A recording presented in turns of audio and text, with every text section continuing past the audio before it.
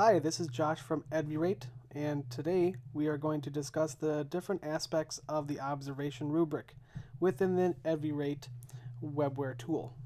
So I'm going to log in.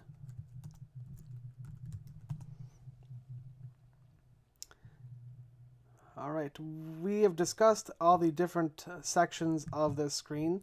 So today we are just going to focus on the observation rubric. So I'm going to click into that. Now on the screen, there are, again, several aspects that we'd like to point out. The creation date of this observation, the last time it was modified, the reviewer, and the status. Now for today's purposes, you can see that there's not a whole lot here. There's no submit button, there are no check marks, and that is because this one is really for reference at this point. This is where you can go in and figure out different aspects of your teaching that you need to improve on to work your way up to exemplary in each one of these observable traits. So as you see, I am quickly clicking on each of the 5 designations, and then I'm going into an observable trait to see what aspect of my teaching is that I need to focus on for moving myself from, for example, developing to qualified or qualified to exemplary.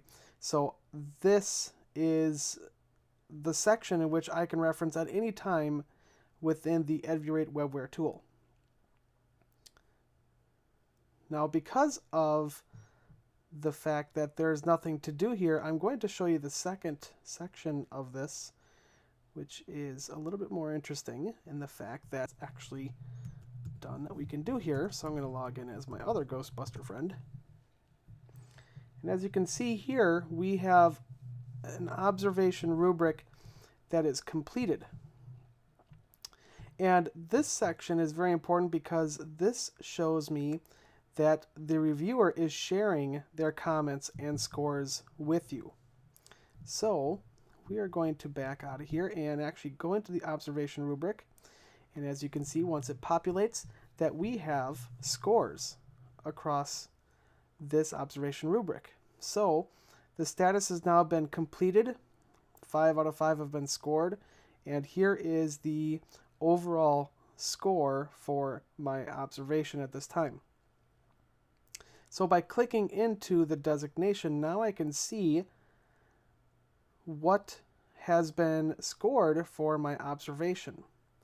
And as you can also see that there are comment bubbles here for the comments or for evidence that has been attached to this designation.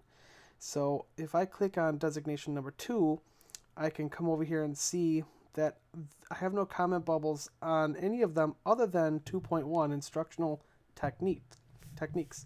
So I click on this one and I can see that there wasn't a comment, but there was an evidence. So there must have been a picture taken during this observation and attached to designation 2, observable trait 2.1 instructional techniques.